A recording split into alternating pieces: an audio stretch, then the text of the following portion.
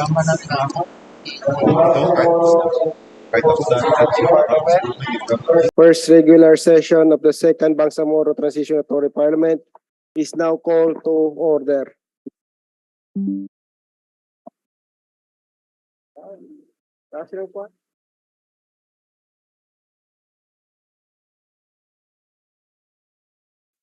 May we request the Deputy Chief Minister Ali Sulaiman, Ustad Ali Sulaiman, to lead the invocation.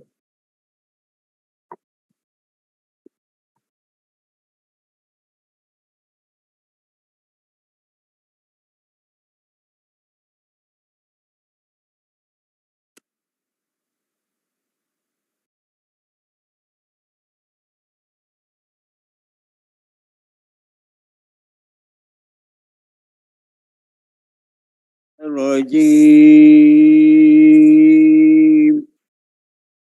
الحمد لله رب العالمين الرحمن الرحيم مالك يوم الدين إياك نعبد وإياك نستعين إن الصراط المستقيم صراط الذين أنعمت عليهم غير المغضوب عليهم ولا الضالين.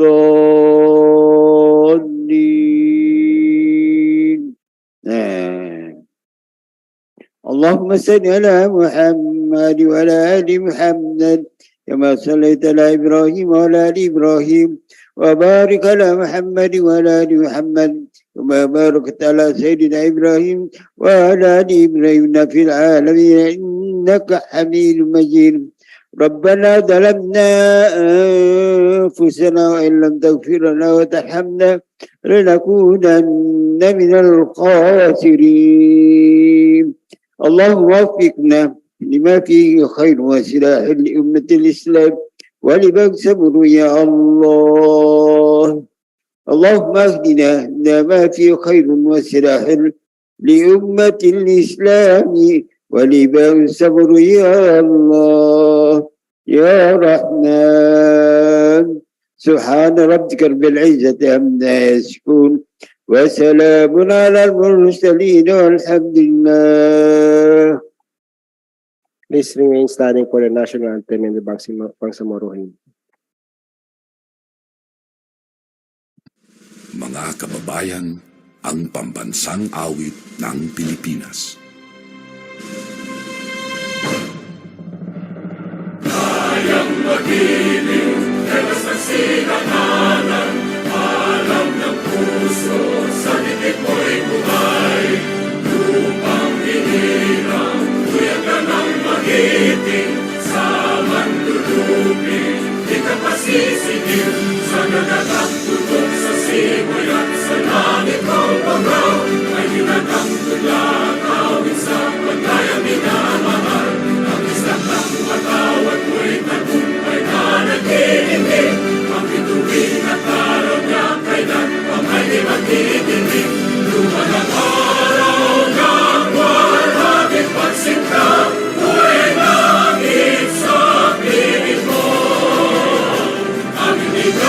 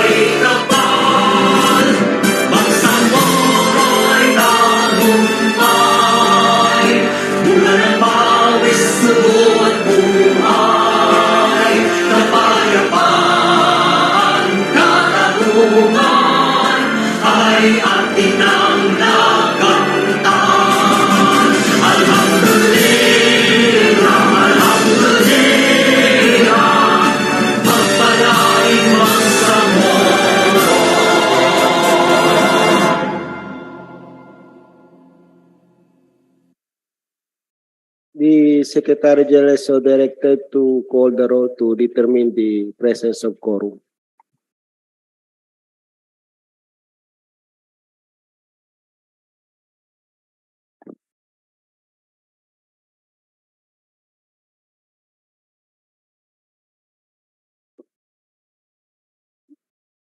Roll call of the honorable members of the Bangsamoro Transition Authority Parliament.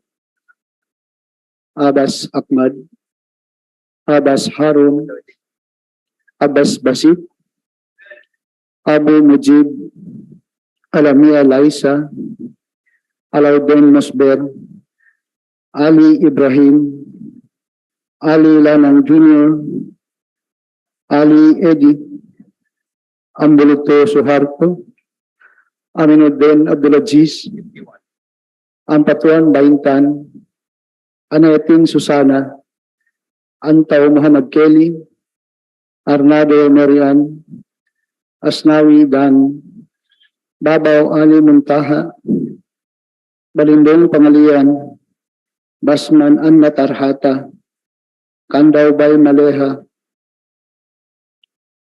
Biranggalan Hasimi, Bulama Al-Basya Ilayhan, Ibrahim Ahud, Ismail Suharto, Estino Matarel, Gayak Abdullah, Gera Edward, Haji Abdullah Khalid, Hasim Abdullah, Hasan Hatimil,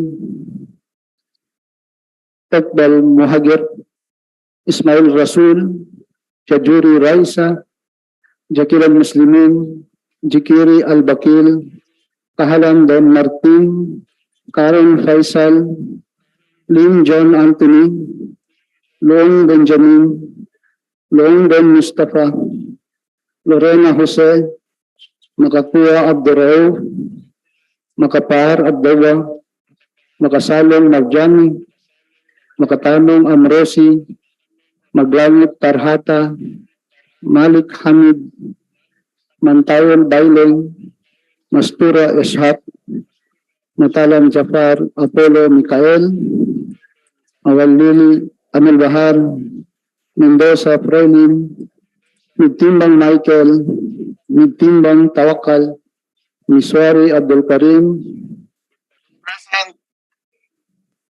Miswari Nur Reda, Mitnog Rasol Jr., Munoz Hussein, Oranon Suwaib, Takasan Ubayda, Pak Abdul Wahab, Pangandaman Nabila Margarita, Present.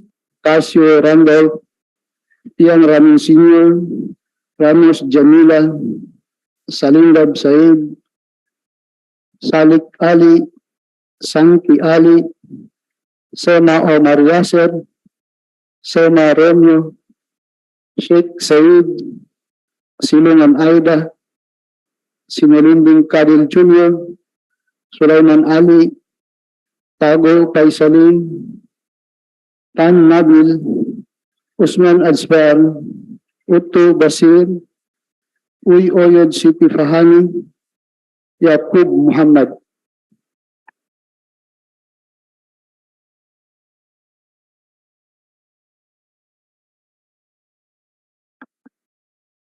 Bismillahirrahmanirrahim. Assalamualaikum warahmatullahi wabarakatuh. Mr. Speaker, on the basis of the roll call, with 48 members of the Parliament physically responded to the call and 3 responded via Zoom. We therefore have a total of 51 members of the Parliament responded, both physical and virtual. Mr. Speaker, we therefore certify the presence of quorum. With the presence of the members of the Parliament, as stated by the Secretary General, both in Zoom and those of physical present, the Chair declares the existence of quorum for the Parliament to transact its business for today's session. What's the pleasure of the floor leader? Mr. Speaker, Bismillahirrahmanirrahim. Assalamualaikum warahmatullahi wabarakatuh. Mr. Speaker, with the information that the journal of the session on January 18, 2023 is not yet ready, I move to defer the reading of the journal of the previous session. There is a motion to defer the reading of the journal of the previous session. Is there any second? It's duly seconded. The chair declares the same as approved. On the reference of business, there are 11 bills. On first reading, Mr. Speaker, may we request the Secretary General to please read the titles of the bills, the authors and co-authors sequentially. Thank you, Mr. Speaker. The Secretary General is directed to read the title, the number, as well as the co-authors of bills sequentially as requested by the floor leader. BTA Parliament Bill number 76 entitled An Act Strengthening the Preservation and Protection of the Bangsamoro Intangible Cultural Heritage through an Enhanced Cultural Policy, Heritage Education and Cultural Mapping Program. Author, Member of the Parliament, Amel Bahar Mawalil. Co-authors, Members of the Parliament, Liza Lamia, Baintan ng Batuan, Rasol Mitmug Jr., Soharto Ambuludto, Rasul Ismail, and Don Mustafa Loong.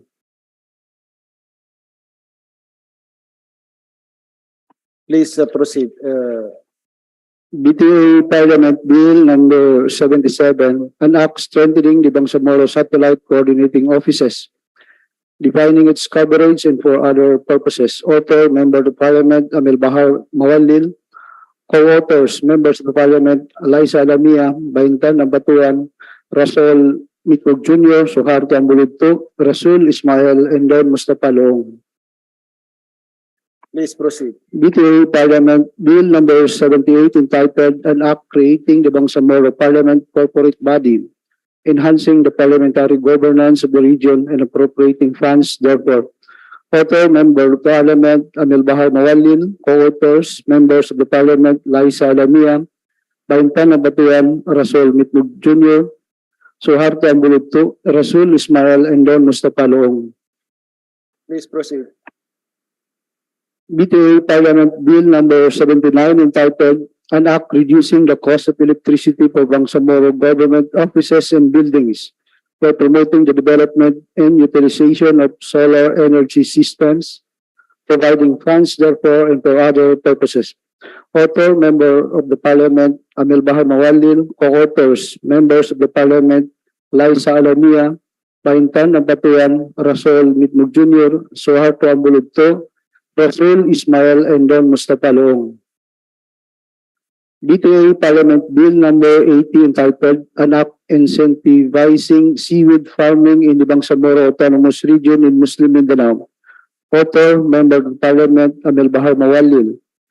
Co-authors, Members of the Parliament, Liza Lamia, Baintan ng Batuan, Rasol Mitmug Jr., Soharto Ambuludto, Rasul Ismail, and Don Mustafa Loong. BTA Parliament Bill number 81 entitled An Act Providing for a Microfinancing Program for Micro and Small Scale Enterprises within the Bangsamoro Autonomous Region in Muslim Mindanao, providing funds therefore and for other purposes. Author, Member of the Parliament, Amel Bahar Mawalil. Co-authors, Members of the Parliament, Liza Lamia, Baintan ng Batuan, Rasol Mitmug Jr., Soharto Ambuludto, Rasul Ismail, and Don Mustafa Loong. BTA Parliament Bill number 82 entitled An Act Renaming the Sanga-Sanga Airport in Bungao, Province of Tawi-Tawi as the Tawi-Tawi Airport. Author, Member of the Parliament, Amel Bahar Mawalil. Co-authors, Members of the Parliament, Liza Lamia, Baintan ng Batuan, Rasol Mitmug Jr., Soharto Ambuludto, Rasul Ismail, and Don Mustafa Loong. BTA Parliament Bill number 83 entitled An Act Creating the Bangsamoro Economic Zone Authority, appropriating funds therefore and for other purposes. Author, Member of the Parliament, Amel Bahar Mawalil. Co-authors, Members of the Parliament, Liza Lamia, Baintan ng Batuan, Rasol Mitmug Jr., Soharto Ambuludto, Rasul Ismail, and Don Mustafa Loong. BTA Parliament Bill number 94 entitled An Act Promoting the Safety and Welfare of the Bangsamoro Minors, providing for the general guidelines in the implementation of a curfew for minors in the Bangsamoro Autonomous Region in Muslim Mindanao, FARM. Authors, Members of the Parliament, Baintan ng Batuan, and Amel Bahar Mawalil. Co-authors, members of the Parliament, Liza Alamiam, Suhar Tambuludto, Don Mustafa Long, Rosal Bitbug Jr., Rasul Ismail, Jamila Ramos, Susana Nayatin, Khalid Haj Abdawa, Jafar Apollo Mikael Matalam, Siti Fahani Uy Oyod, Nabila Margarita Pangandaman, Basir Utto, Frelin Mendoza, and Muhammad Kelly Antaw. BTA Parliament Bill number 95 entitled An Act Requiring the Mandatory Social Preparation of Development Projects in the Bangsamoro Region. Author, Member of the Parliament, Bahintan ng Patuan. Co-authors, Members of the Parliament, Amel Bahar Mawalil, Liza Alamia, Sohar Tambuludto, Don Mustafa Loong, Rasol Mitmug Jr., Rasul Ismail, Jamila Ramos, Susana Nayatin, Khalid Hajabdova, Jafar Apollo Mikael Matalam, Siti Fahani Uy Oyod, Nabila Margarita Pangandaman, Basir Utto, and Frelin Mendoza. BTA Parliament Bill number 96 entitled An Act Authorizing the Establishment of an Annex Bangsamoro Government Center, BGC, of the Bangsamoro Government within Cotabato City, providing funds thereof and for other purposes. Author, Member of Parliament, Bahintan Ampatuan. Co-authors, Members of the Parliament, Amel Bahar Mawalin, Liza Alamia, Sohar Tambuludto, Don Mustafa Loong, Rasul Bitmug Jr., Rasul Ismail, Jamila Ramos, Susana Anetin, Khalid Hajabdawa, Jafar Apollo Mikael Matalam, and Basir Utto. Mr. Chair, on resolutions, messages, memorials, and communications, there are 7 resolutions for today's order of business, starting with proposed resolution number 27. Mr. Speaker, may I request the Secretary General to please read the title, the author, and co-authors. The Secretary General is directed to read the title, the number, as well as the co-authors of the first proposed resolution for today's session.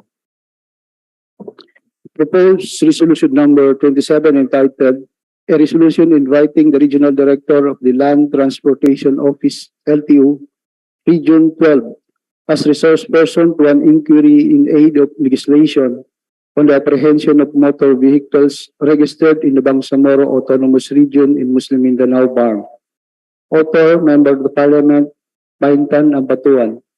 Co-authors, Members of the Parliament, Amel Bahar Mawalin, Liza Alamia, Sohar Tambuludto, Rasul Mitmug Jr., Don Mustafa Loong, and Rasul Ismail. Mr. Speaker, I move to refer proposed resolution number 27 to the Committee on Transportation and Communications.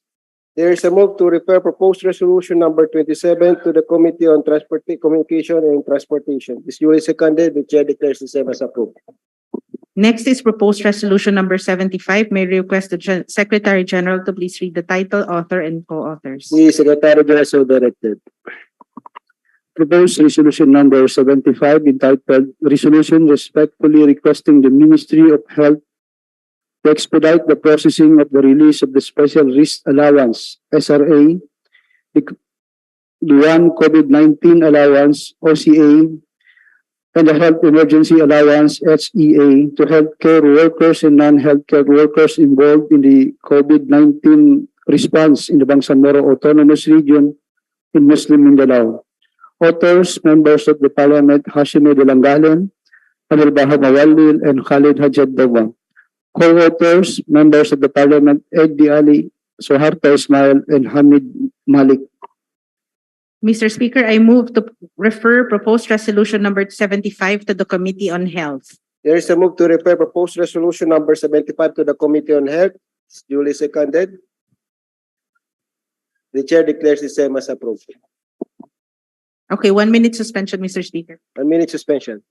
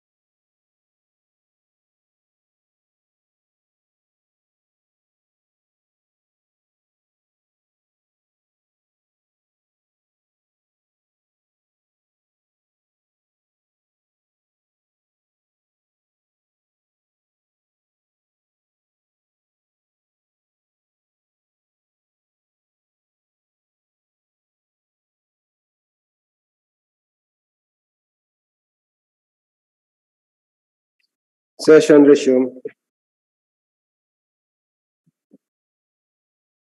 Next resolution.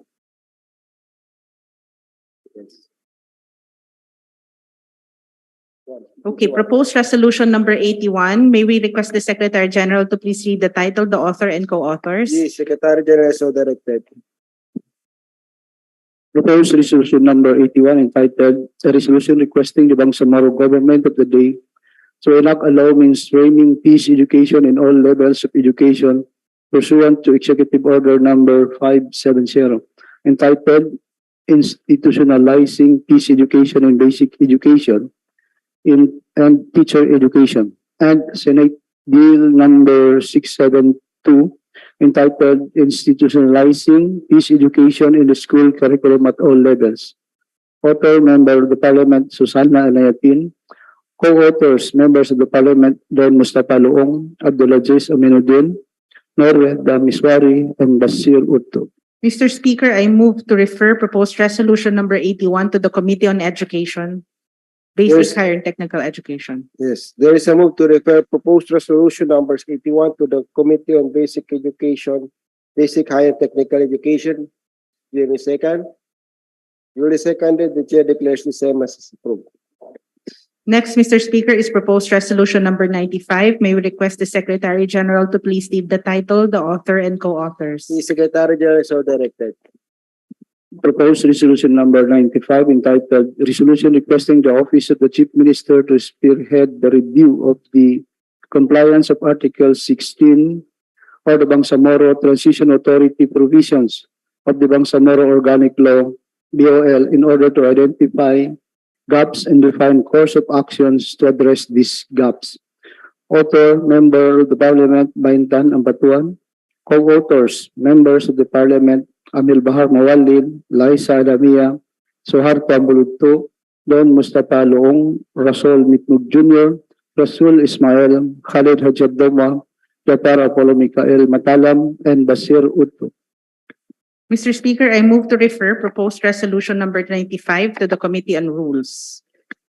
There is a move to refer proposed resolution number 95 to the Committee on Rules. It's duly seconded, the chair declares the same as approved. Next resolution is proposed resolution number 108. May we request the Secretary General to please read the title, the author, and co-authors? The Secretary General so directed. Proposed resolution number 108 entitled, "Resolution urging the Development Academy of the Bangsamoro, DAB, to establish and maintain a database of Bangsamoro professionals in and outside the Bangsamoro Autonomous Region." Author, Member of the Parliament, Baintan Ampatuan. Co-authors, Members of the Parliament, Amil Bahar Mawalil, Rasul Mitmug Jr., Laisa Lamia, Suharto Ambuludto, Don Mustafa Luong, Rasul Ismail, Khalid Hajabdova, Jafar Apollo Mikael Matalam, and Basir Utto. Mr. Speaker, I move to refer proposed resolution number 108 to the Committee on Rules.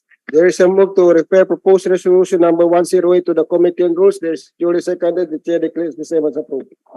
Next is proposed resolution number 130. Mr. Speaker, may we request the Secretary General to please read the title, the author, and co-authors? The Secretary General so directed. Proposed resolution number 130 entitled, "A resolution expressing the sincere appreciation and gratitude of the Bangsamoro to Senators Aimee Romualdez Marcos and Attorney Gilbert Chodoro for providing disaster relief and assistance to the people of the Bangsamoro who suffered damage caused by the severe tropical storm Paeng." Author, Member of the Parliament, Jose Lorena.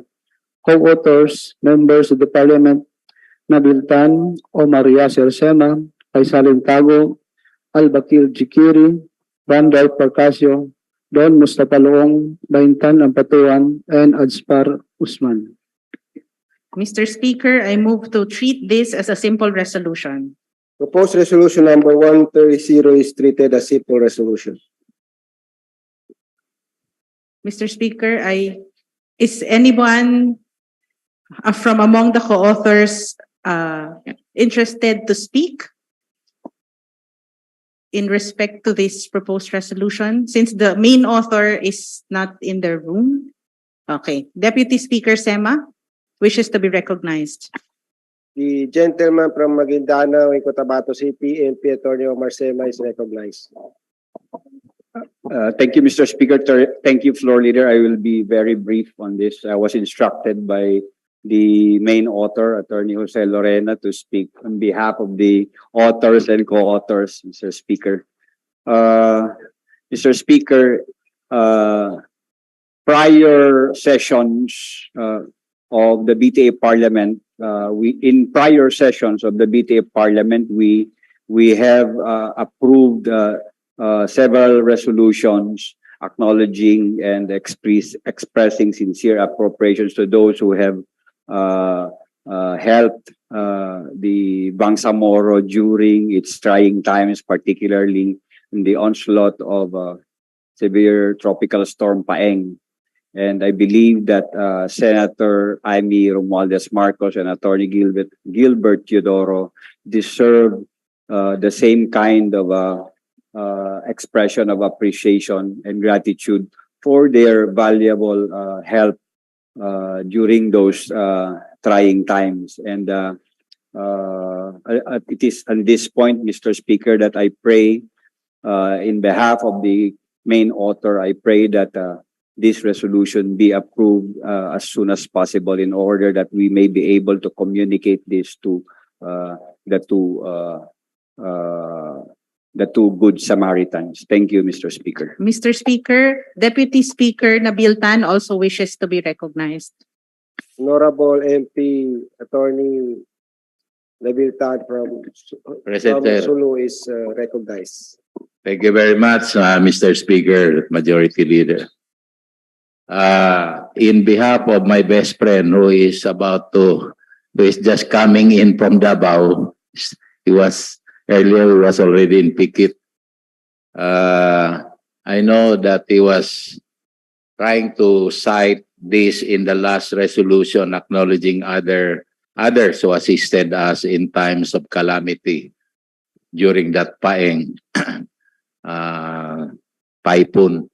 So to make it, to level the playing field, para lang we will not be remiss in acknowledging people who have good heart, may we also urge this Parliament to approve this resolution to honor, to recognize Senator Amy Marcos and Attorney Gibo Teodoro. Thank you, Mr. Speaker. With that, Mr. Speaker, I move to I would like to make an omnibus motion to dispense with the periods of interpellation and amendment, Mr. Speaker. Yes, there is a move omnibus motion to dispense with the period of interpellation and debate as well as the period of amendment. It is duly seconded. The chair declares the same as approved. I move to approve proposed resolution number 130, subject to style, Mr. Speaker. There is a move to approve proposed resolution number 130. Subject to style, it is duly seconded. The chair declares the same as approved. Mr. Speaker, I move to include all members of Parliament who are present today in the resolution, Mr. Speaker. The Secretary General so requested to include all members of the BTA Parliament present as co-authors on the proposed resolution number 130. Thank you, Mr. Speaker. Next is proposed resolution number 145. May we request the Secretary General to please read the title, the authors, and the co-authors. Secretary General so directed. Proposed resolution number 145 entitled Resolution Urging the Department of Transportation, DOTR, for immediate action on completing the renovation of Cotabato Airport and accountability for delays. Authors, members of the Parliament, Bailen Mantawin, Marian Arnado, Shah Elijah Dumama Alba, and Eddie Ali. Co-authors, members of the Parliament, Paintan ng Patuan, Tarhata Maglangit, Aida Silungan, Susana Nayatin, Tawakal Mitimbang, Basir Uto, Mujib Abu, Muhammad Kenny Antao, Suaib Uranon, and Suharto Ismail. Mr. Speaker, I move to refer proposed resolution number 145 to the Committee on Transportation and Communication. There is a move to refer proposed resolution number 145 to the Committee on Transportation and Communication. This duly seconded. The chair declares the same as approved. There's an objection, Mr. Speaker. Yes. What's the Mr. intention of, Speaker, this I compromise? believe there is a need to really address the delay in the completion of the renovation of the Cotabato Airport. I believe that this should be treated as a simple resolution so that it can be immediately communicated to the rightful authorities. With due respect to the floor leader who was moving for its referral. In that case, Mr. Speaker, I move to withdraw No, the wait. previous referral, Mr. Speaker. Yes, So that- yes, there is a move to withdraw the I move to, yes. Yes, to refer to the Committee on Transportation and Communication. I move to Yes, treat, and there is a follow-up and further move for the to treat proposed resolution 145 as a simple resolution. This duly seconded. The chair declares the same as approved. okay. Okay, alhamdulillah. Assalamu. Wala pa pala. Yes, Mr. Speaker, one of the principal authors, member of the Parliament, Baileng Mantawil, wishes to be recognized to lady speak from about Quintana, the. Cotabato City, MP Baileng Mantawil is recognized. Okay, Mr. Speaker, thank you so much. Assalamualaikum warahmatullahi wabarakatuh. Actually, I was expecting that this resolution will be referred to the committee. But I am so happy that there is a move to make it a simple resolution as this is very urgent. I believe all of us have been to Awang Airport, and a lot of you, and I've heard a lot of you has a lot of complaints. So siguro naman hindi ko na isa-isahin o papahabain dahil lahat naman tayo dito ay mayroong reklamo sa Awang Airport because it has already been 2 years or more than 2 years na hindi natatapos ang renovation ng Cotabato Airport. At napakahirap isipin no na may mga bisita tayo because airport is one of the means of transportation no ng ating mga, at pag pinag-usapan ng tourism, ang unang-unang nakikita ng ating mga bisita ay airport. Because ngayon pagdating sa airport natin, we are boasting the turnover of the 6 airports.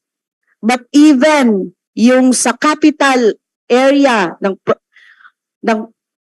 Bangsamoro Autonomous Region in Muslim Mindanao ay hindi natin maayos. The reflection of this ay, Mr. Speaker, ay dito po sa atin sa BARM. So, it's about time, I think, no?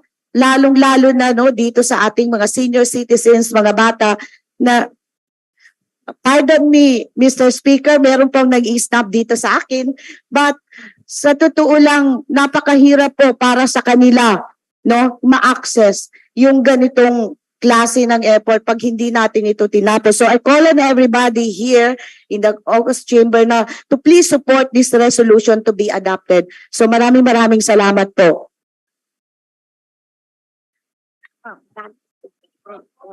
One minute suspension, Mr. Speaker. 1 minute suspension.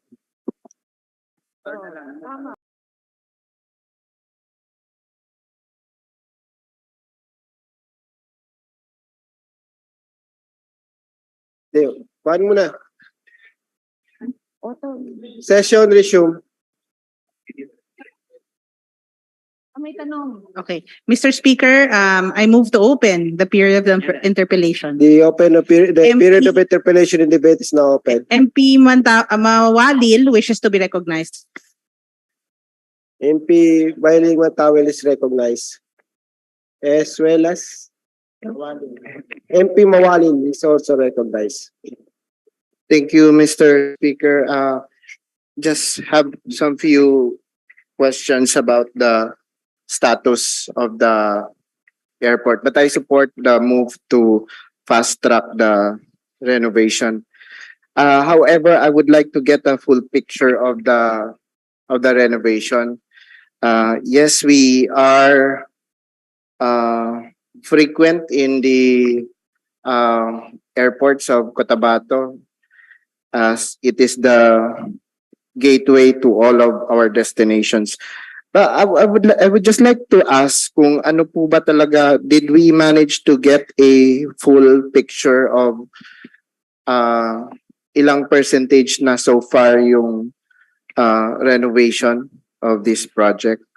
And I think kung meron tayong maybe figures about how much it costs, magkano na yung nagastos, ilang percentage na, that would be a very strong points that we can consider to include in the resolution.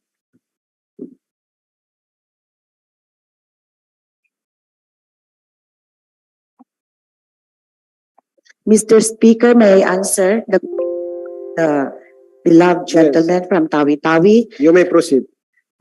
I have here the data which I got from the Ministry of Transportation and Communication. What they only have is a status report from the DOTR. So the status report states that the project is from GAA 2019, that it's amounting to 41,427,313. So it should be only for 300 calendar days. It should be finished on 300 calendar days, and it started on September 29, 2020. To the completion date is August 1, 2021. So on December 4, 2021, they have the planned completion of 75.81%, but they have slippage of negative 24.19%. And until now, the construction is stopped. Yes. Thank you very much for that information, Mr. Speaker. Mr. Speaker, did we also manage to get information as to the release of funds? Because we're saying that this was part of the General Appropriation Act of 2019. 2019 meaning a year after pandemic happened. Did we manage to ask the challenges of the DOTR in terms of implementing this project? Because I think there was, to be fair with the national government, I think there was a massive delay in some infrastructure due to the COVID. And may I go back to the earlier questions as to how many percent is already completed? What is really the status of the renovation? May I answer, Mr. Speaker? As I said, based on the status report, it's already on its 75.81%. 75%. As to the funds, did we manage to... With a slippage of negative 24.19%. Did we manage to, again, to ask what were the challenges in completing? We've talked with the Minister of the Transportation and Communication, and because he's still new, he has yet to secure meetings. They have said during the turnover of 6 airports. I've talked to Minister Tago, Mr. Speaker, and they said that they have yet to have a meeting with the Department of Transportation and also the contractor. And there are also some underlying issues on this which I cannot elaborate because such issues are very sensitive issues and without any further validation, so we cannot pursue. But there are some underlying issues that the contractor cannot pursue the construction of the renovation of the Cotabato Airport. So what the minister told us during the short talk at the airport is they are planning to have a meeting with the Department of Transportation to settle this delay. And if there are ways that the Bangsamoro Autonomous Region in Muslim Mindanao could cover up the delay, and that should be done. And I believe also that the beloved, beautiful lady from Maguindanao here has also a project of a terminal that she cannot pursue because of that delay in the renovation of the airport. Thank you, Mr. Speaker. The reason I was asking that question, Mr. Speaker, is because if you look at the second page of the resolution, correct me if I'm wrong, but it says here that whereas, and may I read, Mr. Speaker, whereas it is imperative to hold the contractor accountable for the delays in the renovation project in order to ensure ultimate completion and so on and so on. Are we conclusive of this statement? Are we really saying that the reason for the delay of the renovation is the contractor? Just to be clear with this, Mr. Speaker. Okay, Mr. Speaker, may I request the co-author of the resolution here to answer that query? I think, Mr. Speaker, am I recognized? Yes, MP Baintanapatuan is recognized. Thank you, Mr. Speaker. I think in every contract, there is a corresponding liability on the part of the contractor. And it's but proper that once he misses his obligations, as stated in the contract, he or she will be accountable for it. So the procuring entity, in this case the DOTR, may take some legal actions against the contractor. And I think that is the direction where the one of the whereases of this resolution is trying to get.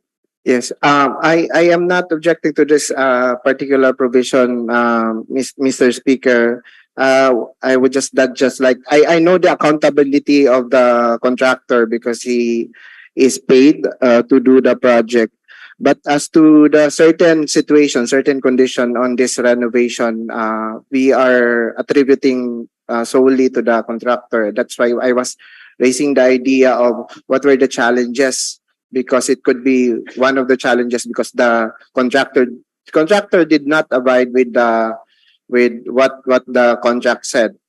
Mr. Speaker. Yes. Mr. Speaker, when the contractor enter into an agreement, sign the contract, they know the area because it's provided in any contract that you need to see the location. It's a site validation. So you know the terrain, you know the people, you know everything in there. So the contractor cannot use any excuses with regards to not finishing the contract because of some issues surrounding the implementation. It's the obligation of the contractor to resolve all those issues. Thank you, Mr. Speaker. I do not object to the argument of the Honorable Baintan. I would just like to delve deeper into the particular reasons because the reason why I was asking the status of the release of the funds, maybe because there were some instances in the past where the contractor did not receive the amount that is due to them. But I was just trying to be definite in the content of the provision. If we say that if the proponents are sure really that majority of the reasons why this renovation did not push through is because or did not complete is because partly because of the contractor, then I have no problem with that, Mr. Speaker. And may I just reiterate my earlier manifestation that I think it's best for us to reflect the data and information that was cited by the proponents as to the status of the renovation, for it will give a strong argument as to our request to fast track the renovation of the said airport. With that, Mr. Speaker, I end my interpellation. Thank you very much. Yes, thank you. Mr. Speaker, Yes. in addition to the reasons of the delays and the answer to the questions, these are the list, some of the lists from the status report I obtained from DOTR, the causes of delays are it said that delayed delivery of materials, 2, inadequate manpower, 3, insufficient materials on site, 4, no immediate action taken by the contractor, number 5, no contractor engineer to supervise the project, and number 6, there's a slow progress due to lack of materials, which I cannot comprehend why the delay because of the budget. Mr. Speaker, may we request that the proponents include, I think perhaps some of our colleagues here reflect those cited reasons, because I think again it will send a very strong argument as to our request to fast track the renovation. That's what my point, Mr. Speaker. Thank you. Yeah, I agree. Mr. Speaker, Deputy Speaker Nabil Tan wishes to also interpellate. Yes, MP Attorney Nabil Tan is so recognized. Mr. Speaker, thank you very much. Thank you very much, Floor Leader. Hindi na sana ako mag-interpellate pero napukaw ang aking damdamin sa usapan. Yung bang itong, may I be allowed to ask some clarificatory question, Madam Sponsor? Mr. Speaker. Yes, you may proceed. Thank you very much. Alamin ko lang, ito bang project na to is a national government project, and who implemented it?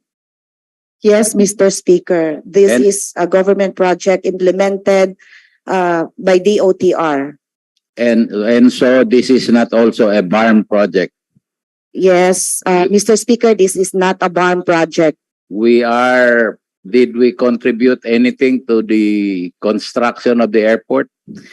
Actually, we are the beneficiary of the project. We are just the beneficiary. So the MOTC headed by Minister Paisalin Tago is not in any way involved in the construction of the airport?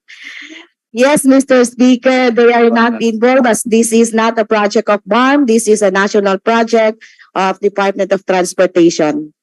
Since the land side of the airports, of all airports within the BARM has been turned over to the BARM, is there any change? Will there be some participation of the Ministry of Transportation and Communication?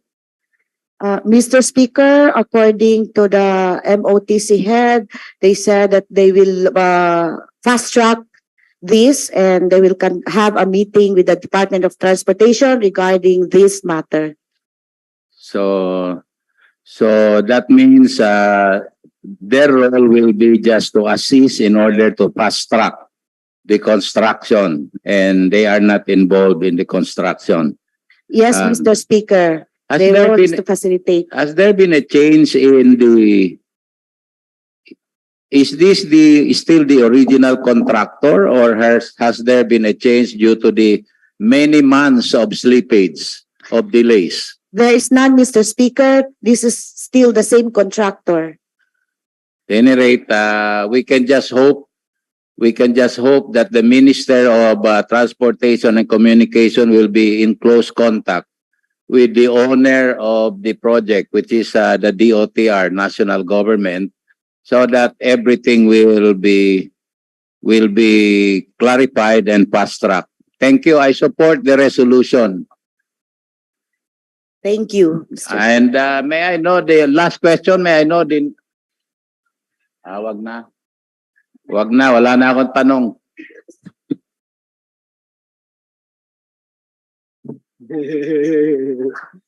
Yes. Thank you, Deputy Speaker. Next interpellator is Member of the Parliament, Don Loong. Honorable MP from Sulu, MP Engineer Don Loong is recognized. Thank you, Mr. Speaker. I share the support to this resolution, Mr. Speaker. And as we know, all the VIPs pass through that airport. And I met a former senator there who also complained about the airport. So my interpellation, Mr. Speaker, is what agency bidded this Cotabato Airport expansion project? Mr. Speaker, the one who bidded this is DOTR. I think there is a specific agency, Mr. Speaker, that if you will Google it, the one that bidded out would be the Civil Aviation Authority of the Philippines. CAAP. Is that correct, Mrs. Madam Resource Person? And so I believe that agency should also be stated in whether in the title or part of the whereases of this resolution, so that that specific agency's attention will be called, Mr. Speaker. Yeah. Moreover, Mr. Speaker, if you will check the internet, the website of CAAP, in the report it made as of the first quarter of last year, it stated that that project is at 70%, and there's already liquidated damages penalty of around 20,000 per day, based on the CAAP national website. I think this is already in their dashboard.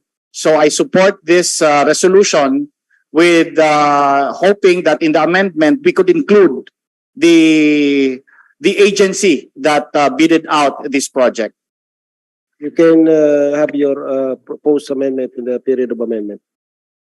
Yes, Mr. Speaker. I agree, Mr. Speaker. Okay, Mr. Speaker, I move to close the period of interpellation. The period of interpellation and debate is now closed. I move to open the period of amendment. MP. The period of amendment is open. Mr. Speaker, if MP it Don is Long is recognized. possible to immediately put the name of the Civil Aviation Authority of the Philippines. So, resolution urging the Department of Transportation, the DOTR, and if you want to just put the acronym, the CAAP, for immediate action on completing the CAAP. But I think we have to state the entire name before the acronym. So it's Civil Aviation Authority of the Philippines. But we have to put the Secretariat, please put the entire name, the Civil Aviation Authority of the Philippines, and then close, open parentheses.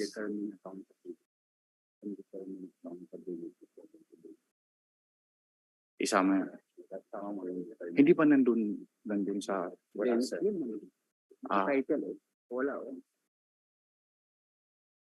dapat determine accountability for immediate action completion.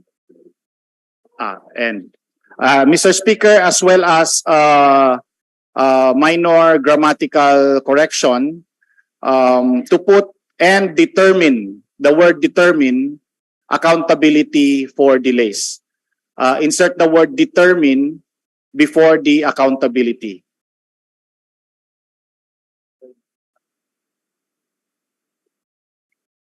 Mr. Speaker,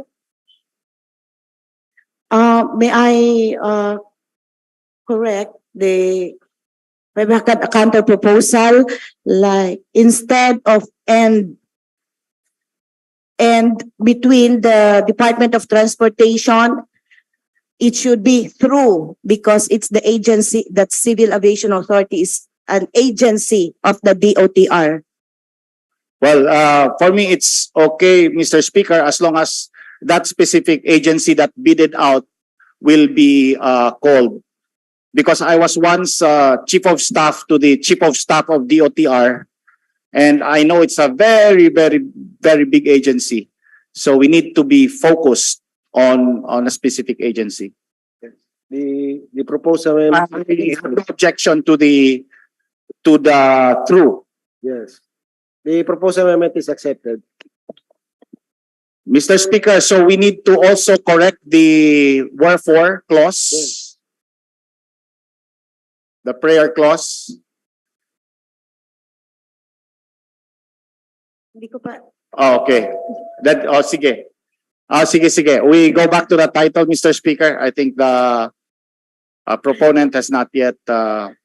Okay, without further delay, Mr. Speaker, I accept the term, determine.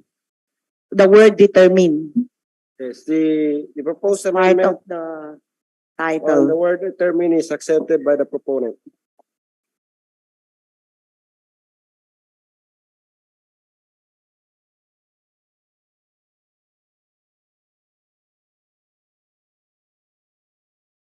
Okay, so can we reflect that in the prayer clause?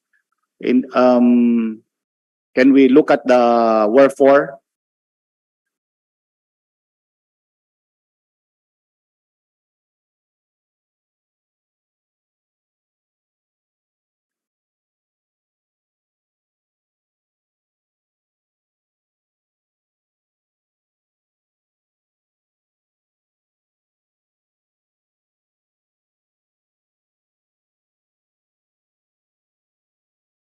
So, Mr. Speaker, we will just include those words through the CAAP. Pwede naman acronym na siya because we already defined the meaning of the acronym sa taas. Yes, So, I accept, Mr. Speaker. Pati dun po siguro sa be it further resolved.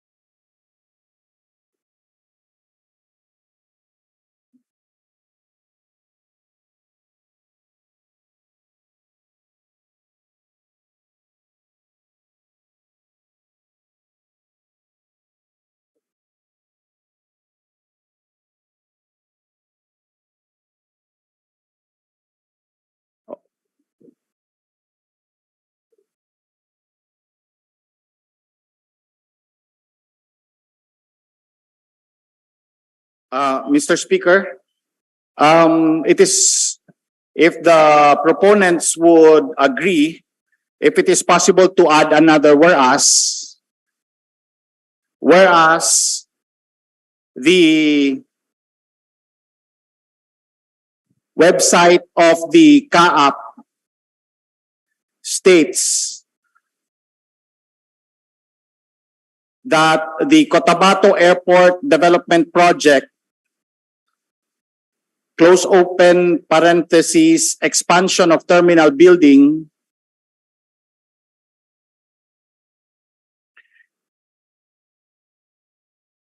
is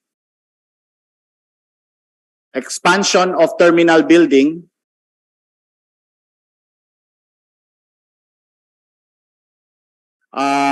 yung expansion of terminal building, naka-close open parenthesis siya.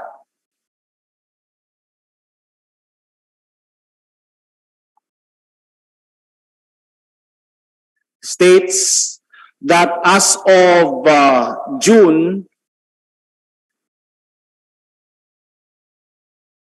2022,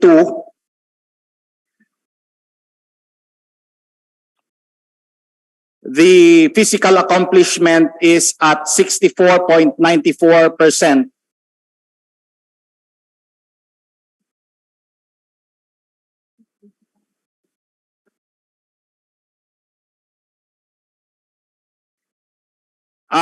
Hindi, okay lang kaysa ilalagay ko yung as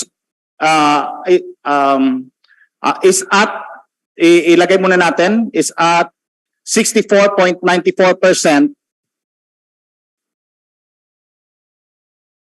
with liquidated damages of 23,636 for every day of delay. 23,636.12 for every day of delay. Mr. Speaker, that will be a fact, verifiable, that will substantiate our issue. Mr. Speaker, since it's a validated data from the CAAP website, I agree, but we need to transfer it after the word completed. I support, Mr. Speaker.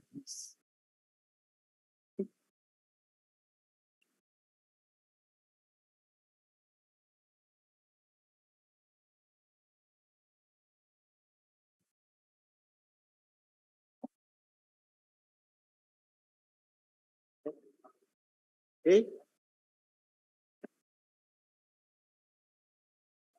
Accepted. The proposed amendment on whereas cause is accepted by the proponent.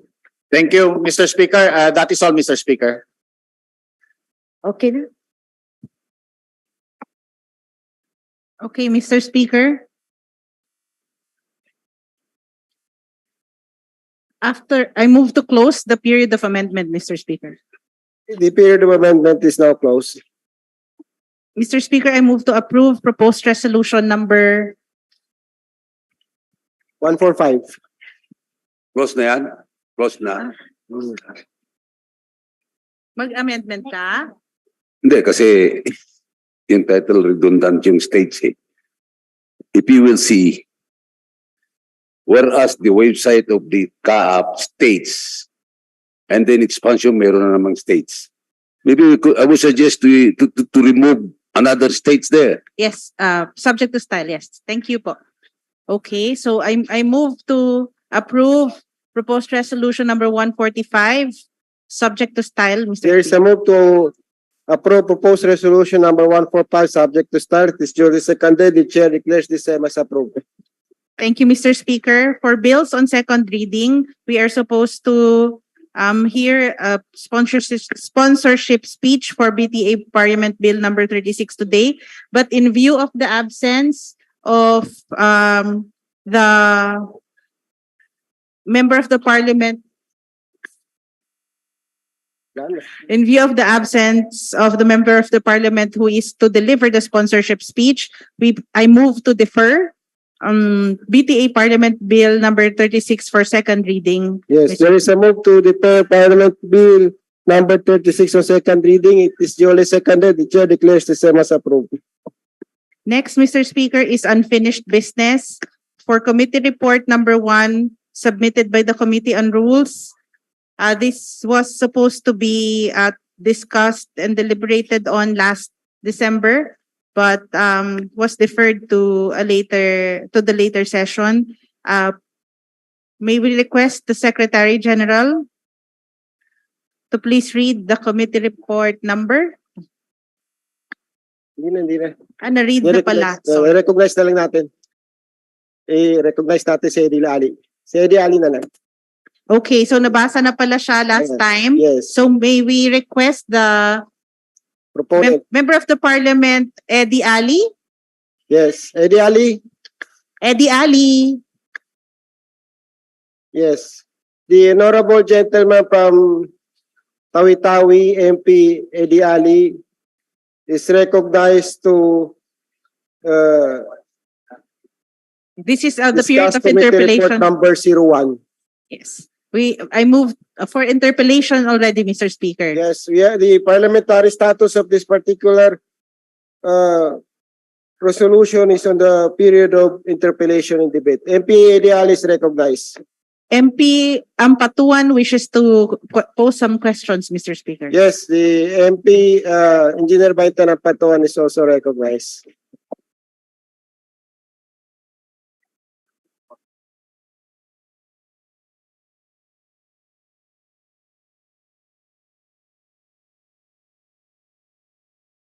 Thank you, Mr. Speaker.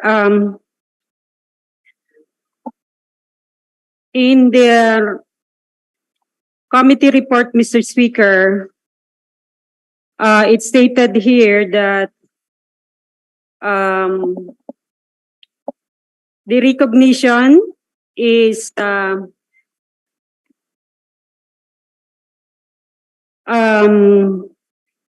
amending adopted resolution 97, and the intention really is to capture the almost half a century international Quran reciting competition. Am I right, Mr. Speaker? Yes, yes, Mr. Speaker. And in the resolution, Mr. Speaker, it says here that that pertains to the year 1969. Am I right, Mr. Speaker? Yes, Mr. Speaker. When I try to look page 2 and 3 of the committee report, Mr. Speaker, unfortunately, I didn't see the year 1969, but instead, I saw 1979. You are right, Mr. Speaker. And in fact, some members of this Parliament also brought it to my attention, Mr. Speaker. Yes. So this is wrong. Instead of 1969, it's 1979. Supposedly, Mr. Speaker, that should be 1979. Thank you, Mr. Speaker. And when we say 1979 as a reckoning year of the recognition of all those who won in the international competition, may I know what's the significance of the year 1979 and not the other years, Mr. Speaker?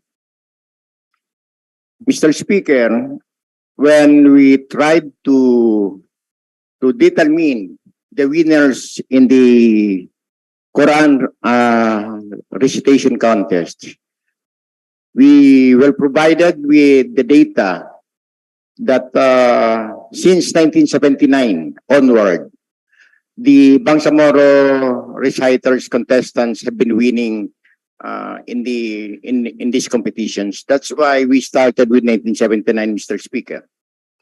Mr. Speaker, isn't it the year that we formally joined international competitions in the light of the signing of the 1976 Tripoli Agreement? Mr. Speaker, that could be a reason that only after the Tripoli Agreement was signed, the Bangsamoro or the Philippines started participating in the Quran recitation contest, Mr. Speaker. Mr. Speaker, will it be all right because we want to justify that particular year, because we cannot just leave it as hanging without reckoning any other significant agreements or milestones in the Muslim Mindanao autonomy. Would you agree that in the proper time, I would introduce some whereas that would capture that particular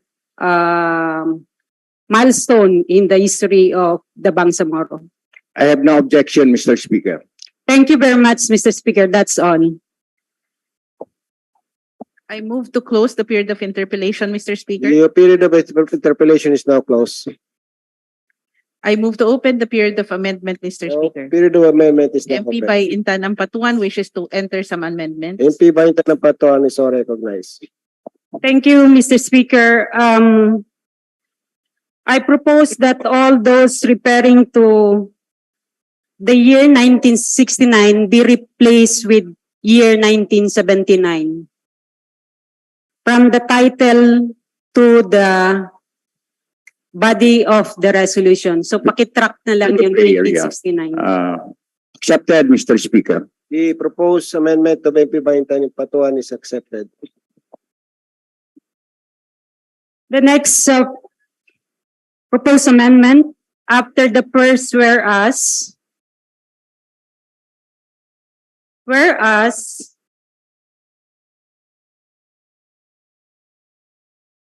1979 marks the formal participation of Muslim delegates. Mark. Ay, hindi ko binabasa. Marks.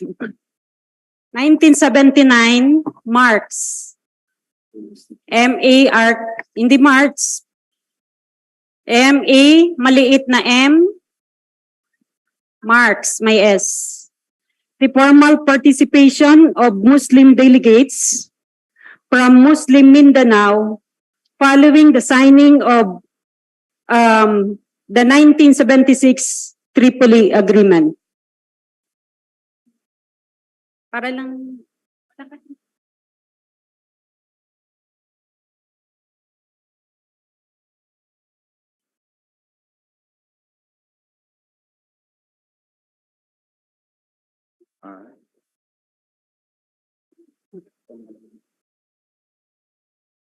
Following the signing of Tripoli Agreement in 1976.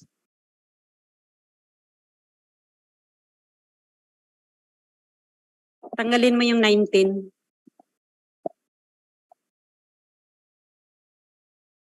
That's all, Mr. Speaker. Mr. Speaker, Yung Tripoli, malaki yan, letter T.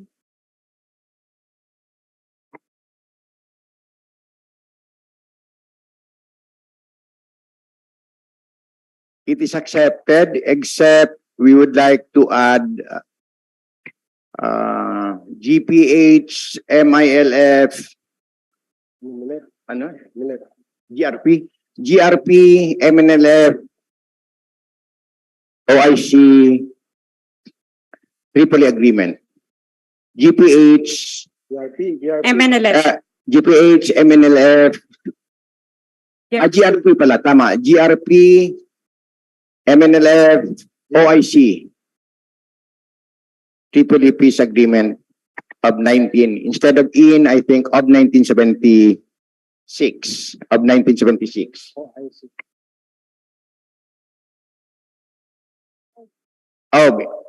No, pagkatapos ng Tripoli Agreement of 1976. Accepted po. Yes, Mr. Speaker, my counter proposal is to spell out the words because not everyone knows the abbreviation. So we'd like to advise the Secretariat to spell out GPH, that is Government of the Philippines. Government of the Republic of the Government of the Philippines. Republic of the Philippines. Moro Then- National Then Liberation close and Front. parenthesis mo na lang po yung GPH. Then Moro National Liberation Front. And Organization of Islamic Countries. Islamic Cooperation. Conference Hindi. pa yan, conference. At that time was OIC pa, no? Oh, conference. Organization of Islamic Countries. Organization of Islamic Countries. At that time. If my mind does not fail me, okay. Conference ba? Is it conference? Okay. That should be okay. Yan. Organization of Islamic Conference. Conference. Hindi po countries, conference po. Conference. Secretariat. Secretariat, Conference. conference. CEA. Okay. Conference na. Tama na yan. Open close nyo. Okay na yan. Amendment is accepted. Thank you, Mr. Speaker. Proposed amendment and the counter proposal is both accepted by the proponent and the. Thank you, Mr. Speaker. Mr. Speaker, I move to close the period of amendments. The period of amendment is now closed. I move to approve Committee on Rules, Committee Report number 1, subject to style, Mr. Speaker. There is a move As a resolution, no? to approve proposed resolution number 45 on the committee report number 01. It is duly seconded. There is no objection. The chair declares the same as approved. 1 minute suspension. 1 minute suspension.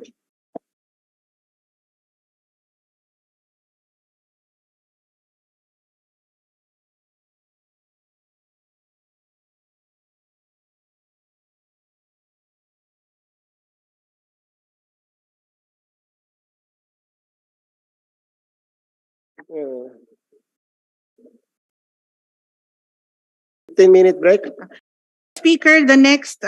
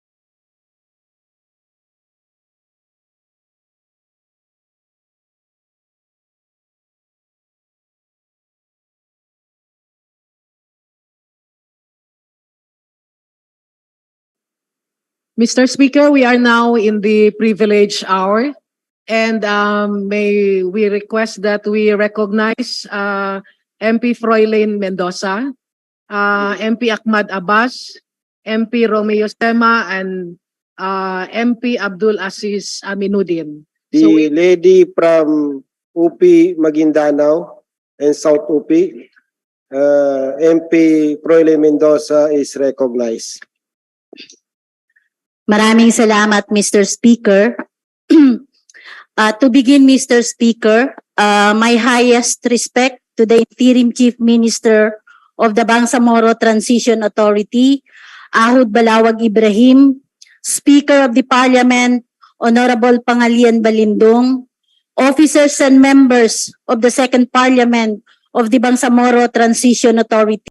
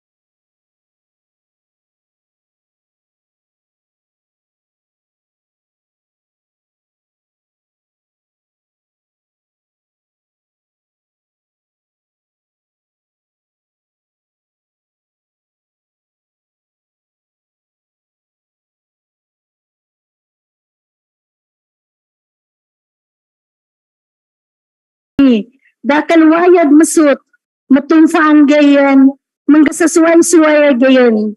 Ang ibig sabihin noon, Mr. Speaker, nayayanig ang mundok minandar.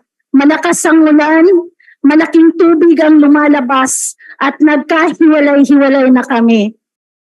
Merong 13 may-ari ng mga cellphone na iyon na pwedeng tawagan ng ating mga contact sa ground. Subalit ang mga cellphone na iyon ay hindi na makontak. Sinikap ng ating staff na magpatawag mula 1:00 ng gabi. Subalit wala ng kontak at tahimik na hanggang mag-2:00 ng madaling araw ay wala na ring kontak sa ground. Ika-29 ng Oktubre 2022. Ang araw ng ito, Mr. Speaker, ay mahalaga sa amin bilang mga katutubo. Bukod sa ito ay buwan ng Oktubre, ay buwan rin ito ng mga deklarado ng pambansang pamahalaan na National IT Thanksgiving Day. Abala ang aking opisina noong mga panahong iyon dahil naghahanda sana kami sa isa sa gawang ritual ng pasasalamat. Subalit ang masayang pagdiriwang na iyon ay nabahira ng hinagpis at kalungkutan nang ibalita sa amin na 3 bangkay na nagmula sa sitio Tinabon ang nakita na. Nagkatotoo, Mr. Speaker, ang aking pinangangambahan. Mr. Speaker, unang nagresponde ang Philippine Coast Guard at Philippine Navy sa pangyayari. Habang nagkakaroon ng command conference ang tanggapan ni Attorney Nagib Sinarindo, Sinabi ko sa aming staff sa ground na iparating ito sa BARM ready na may namatay na at magtanong kung ano ang gagawin sa mga bangkay na nagkalat sa paanan ng bundok Minandar at kung saan sila dadalhin. Alas 4 ng hapon ng October 29, 11 bangkay na ang natagpuan. Ayon sa mga nakasaksi, napaka-emosyonal ang mga susunod na pangyayari. Mr. Speaker, dahil nakitang mahigpit na magkayakap pa ang mag-ina at ang kanyang anak, subalit sila ay bangkay na nang makita. Ang Philippine Navy at Coast Guard at ilang miyembro ng kapulisan bilang first lifeline ng mga panahong iyon ay nagtatanong din kung anong gagawin sa mga patay. May isang teduray noon na kasama at saksi sa mga pangyayari ang gumawa ng inisyatiba at tumakbo sa paaralan ng Tinabon Elementary School at kinuha ang mga kurtina ng paaralan dahil walang saplot at nakahubot-hubad ang mga bangkay. Ang mga katutubong teduray na nakaligtas ay hindi rin maisip kung saan dadalhin ang mga bangkay ng mga panahong iyon, Mr. Speaker. Naigatiga kay gono kemuit bangkay ni ayon sa kanilang wika. Hanggang napagpasyahan na dadalhin sila sa Villa Funeral Home. Pinagpatong-patong ang mga bangkay sa isang dump truck. Ang sabi ng isa sa mga nakakatandang nakaligtas, Panginoon, tulungan ninyo kami. Balisa na noon ang mga katutubo at iniisip kung paano ang pambayad sa bilya. Bago mag alas 8 ng gabi, Mr. Speaker, humigit kumulang 19 na mga bangkay ang nailulan sa dump truck. Ang ibang mga pamilya ay nagpasya ng hindi na ipaimbalsamo ang mga kaanak at diretso na itong ilibing. October 31, inako ng lokal na pamahalaan ng Dato din Sinsuat ang lahat ng bayarin sa Villa Funeral Home. Ilang mga fire trucks ang nakita kasama ang 6x6 truck ng sundalo ang namataan sa lugar ng pinangyarihan at sumalubong sa mga bangkay habang ang ibang sasakyan naman na nagtangka sanang tumawid sa Sarabix ay napatigil pansamantala dahil sa lalim ng tubig. Mr. Speaker, bago ang pangyayaring ito, ang mga katutubo na nai-relocate sa paanan ng Minandar o mas kilala sa tawag na Sitio Tinabon ay ipinaabot na sa iba't ibang ahensya ng ating pamahalaan ang kanilang pagtutol na sila ay mailipat sa Sitio Tinabon. Una, ang kanilang kabuhayan ay nasa tabing dagat. Pag sila ay inalis sa tabing dagat, katumbas ito ng pagpatay sa kanila dahil sa tabing dagat na kasalalay ang kanilang kabuhayan. Pangalawa, Mr. Speaker, ayon sa kanilang alaala, sila ay tradisyonal na nanirahan na sa tabing dagat sa mahaba ng panahon. Ito ay bahagi na ng kanilang pagkatao, kasaysayan at paniniwala. Pangatlo, Mr. Speaker, ayon sa kultura at paniniwala ng mga katutubo, ang mundok Minandar at ang paanan nito ay isang lagusan at malaking daanan ng mga sagoyong o espiritu papuntang karagatan. Dahil dito, ang nasabing lugar ay kailangang igalang at hindi tirahan. Ang hindi paggalang sa mga customary protocol ng mga katutubo ay naghuhudyat ng panganib at peligro sa kanilang buhay. Mr. Speaker, 27 people were killed, including children between the age of 3 months to 5-year-old and 13 female. 65 people were injured. 35 families with 80 people were affected in Episcopal Church. Around 81 houses were destroyed. From October 29, 2022, my office provided hot meals to the distressed survivor of the Tinabon flood in Brose Elementary School. We gave sleeping mats, clothes, trapal, rice, manapak porridge, canned goods, and instant noodles. We mobilized funds for fuel to transport the flood survivors to temporary shelters. The Ministry of Social Welfare and Development, through Ministry Attorney Raisa Jajuri, immediately responded to my urgent request to provide support to the families in the Episcopal Church. 26 families, or a total of 63 individuals, received jerrycans and drums for water, and 15 individuals received medical assistance. A series of emergency meetings were called on November 9, 3, 8, and 9 among KIP leaders affected by Typhoon Paeng. The Office of MP Piang, MP Mendoza, Ministry of Indigenous Peoples Affairs, Bangsamoro Human Rights Commission, represented by Commissioner Archie Buaya, and the affected community of Tinabon attended this meeting. Assessment on the ground were conducted, emerging issues and concerns were identified, and immediate mid-term and long-term intervention were outlined. DHRC Commissioner Archie Buaya, member of the Interagency Task Force, closely coordinated with us. His main assignment was to monitor the situation in UP Maguindanao. Deputy Mayor of the City of Cotabato facilitated the transfer of flood victims from Cusiong to the Episcopal Church. They were temporarily hosted in the COVID-19 facility of Cotabato City upon approval of the Mayor Bruce Matamalaw. We had a meeting with Senior Minister Abdullah Makakua and presented to him the incident report and immediate actions to be taken.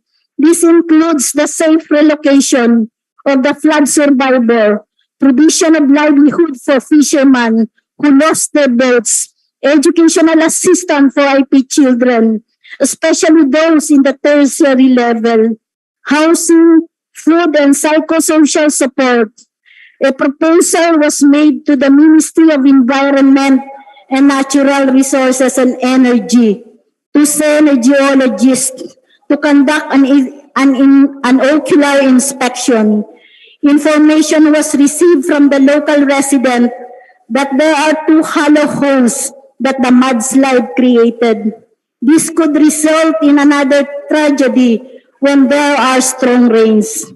This meeting was able to conduct a geohazard assessment of Mount Minandar conducted by the assigned technical person of the Ministry of Environment and Natural Resources. And this study resulted to a detailed hazard map and recommendations. In the Tiduray language, Mr. Speaker, we use the term barat to describe a weather condition with continuous rain for a week or so. It is a normal and regular season within a year. And the response is to simply stay at home and enjoy the time with the family. However, Mr. Speaker, today is a different story.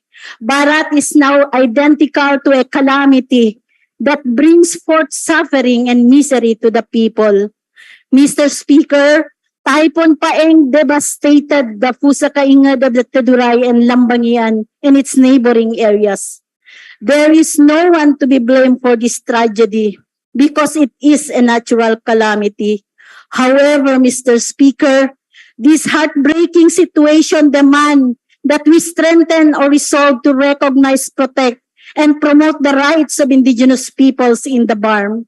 Despite these challenges, Mr. Speaker, I would like to reiterate that the non-Moro indigenous peoples in the BARM recognizes the political will of the Bangsamoro government by designating the draft bill entitled An Act to Recognize, Respect, Protect, Promote, and Support the Rights of the Indigenous People, creating the Ministry of Indigenous Peoples Affairs, establishing the implementing mechanism, appropriating funds therefore, and for other purposes as one of the priority bills in the Bangsamoro Transition Authority. Based on our consultation with the non-Moro indigenous people, Mr. Speaker, including the non-Moro indigenous women, the draft IP code must demonstrate the Bangsamoro government's seriousness and commitment to achieve an inclusive peace process and the fulfillment of moral governance for all.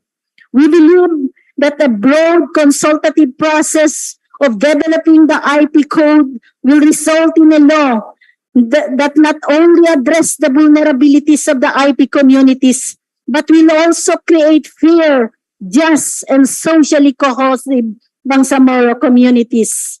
We also believe, Mr. Speaker, that a right-based, gender-sensitive, and grounded IP code has the power to transform the lives of IP men and women who are made vulnerable by the legacies of war, historical injustice, and history of marginalization. Given the current iteration of the proposed IP code and recognizing that this is one of the priority bills of the government of the day, we, the non-Moro indigenous peoples in the BARM, believe that the IP code should reflect the spirit and intention of the Bangsamoro Organic Law and other laws that protects the rights of the indigenous peoples in the BARM. The IP code, Mr. Speaker, should also recognize the certificate of ancestral domain title that has already been processed by the National Commission on Indigenous Peoples. The IP code should affirm the ownership of the IP of the portion of ancestral domain that has been used as camps during the period of armed struggle, particularly Camp Omar and Camp Bader, and allow the safe return of IP communities who were displaced from the camps. Let this portion of ancestral domain still be included in the camp transformation program, including efforts to promote peace and development in the area. Moreover, Mr. Speaker, allow the IP to be part of the decision and implementation of the Peace and Development Program. The IP code should provide for the harmonization of land tenure instrument in the BARM, including Mafar and Menre. Moreover, it must also be harmonized with the proposed land code of the BARM. On the issue of free and prior informed consent, in obtaining FPAC for development and other economic projects within the ancestral domain, a full, thorough, and genuine process of consultation of the community, including significant number of women who are always vulnerable, and other sectors, and a just male-dominated tribal leadership must be accomplished before any FPAC is given.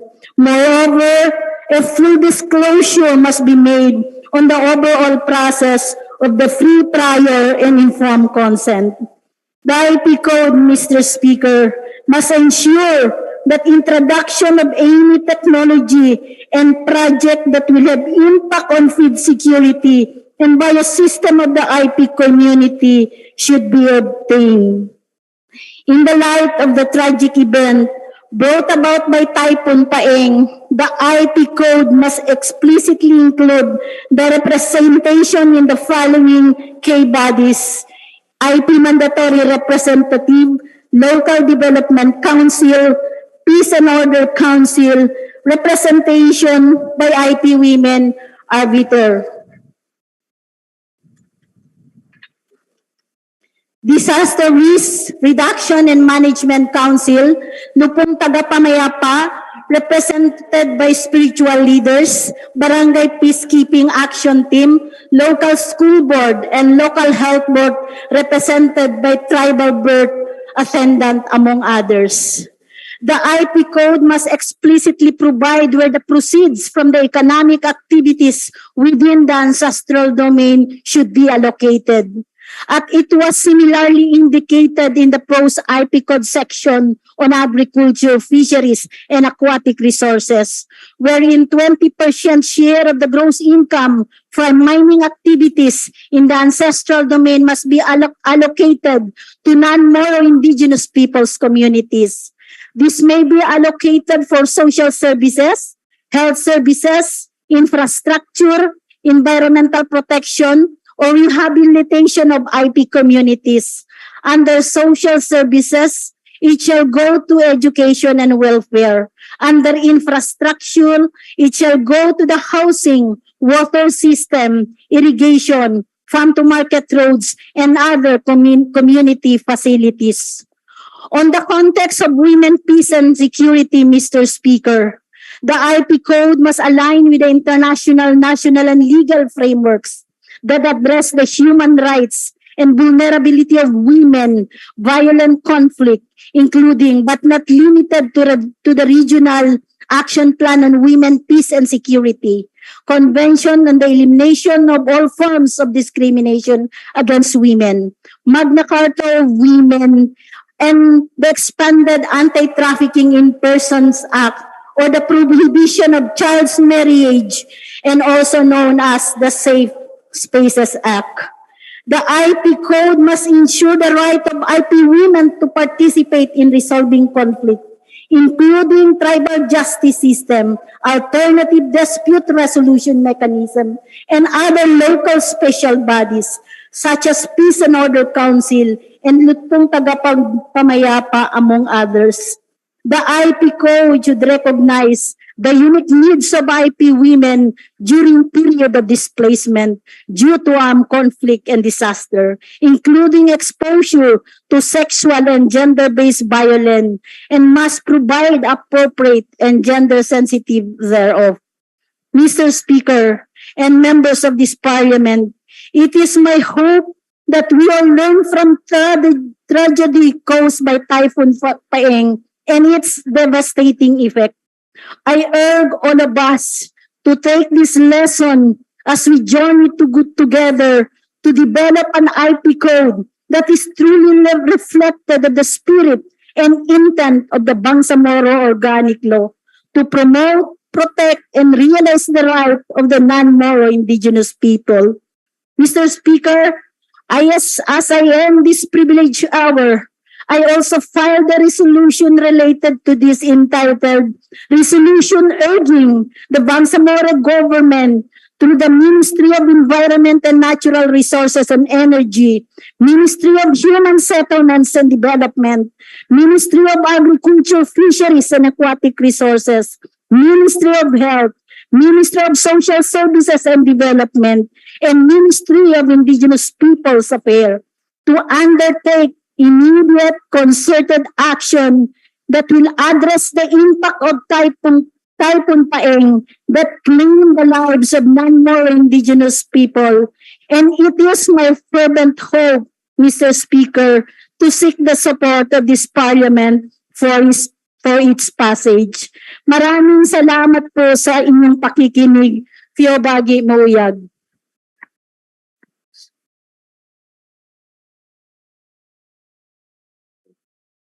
Thank you, MP Froilin Mendoza. Mr. Speaker, may Followed by MP Akmadabas. Yes, may we... MP Akmadabas is recognized to deliver his privileged speech. Thank you, Mr. Speaker.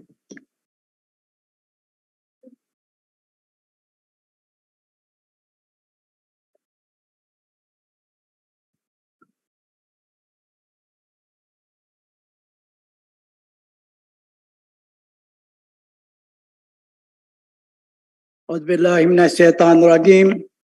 Bismillahirrahmanirrahim. Speaker Attorney Ali Pangalian Balindong, Majority Poll Leader Attorney Cha Elia Dumama Alba, Minority Poll Leader Attorney Liza Alamia, Secretary General Professor Rabi Angkal, members of the BTA Parliament, good afternoon. Assalamu alaikum wa rahmatullahi wa barakatuh. I stand before you this afternoon as my privileged speech, and I'm hoping this can contribute to our quest and desire to support the improvement program of the Chief Minister, Honorable Ahod Al-Haji Murad Ibrahim.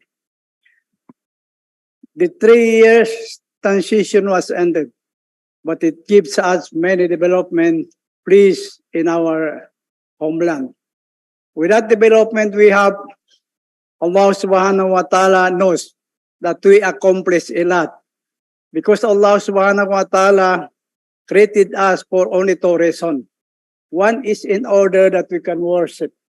Second is in order that we can develop surrounding and environment. Alhamdulillah. Mr. Speaker, we are now in the second phase, 3 years transition because of the extension of the BTA Parliament approved by the Congress of the Philippines. We are very happy about this because we know that the extension of the BTA means a continuation of the implementation of the project intended here in the Bangsamoro homeland. Yeah. Another very significant development there was the appointment and reappointment of all BTA members, 39 from the GPS, 41 from the MLF. The composition of these 8 members of the parliament are well organized. And we hope that this will not be divided by fitna, but promote strong unity, sincerity, and to work hard for the sake of the Bangsamoro people. Mr. Speaker, as BTA, the BTA Parliament, we must be vigilant and ready to face many challenges. The major challenges we have now is that the Bangsamoro people, including our Christian brothers, have a high expectation that the Bangsamoro government can give all the labor, all their needs. However, in order to comply with these challenges, we must first develop sincerity to support the program of the Chief Minister, Honorable Ahod Al-Haji Muhammad Ibrahim. We also consider the level and the status of the education of our children, men and women, as challenges to all of us. Because whether we like it or not, this group will be the next, will handle the Bangsamoro Autonomous Region and Muslim Mindanao. And so prior to that, we need to educate them in all aspects so that they will be equipped of all moral governance. Related to this program, we ask immediately the Bam government to establish immediate action to be placed in all areas of the Bam to prevent the entry of the illegal drug, the shabu. Because we are now penetrated and victims of this. And to prevent this, it's important that we can prioritize to prevent the drug road, because if there is no drug road, there is no drug poser. And if there is no drug poser, there is no drug user. So we will not take this as a simple. We will take this seriously, because if we cannot stop this, this becomes a big problem and possible poison the future of our next generation. Mr. Speaker, the 80 members of the BTA Parliament have the same level.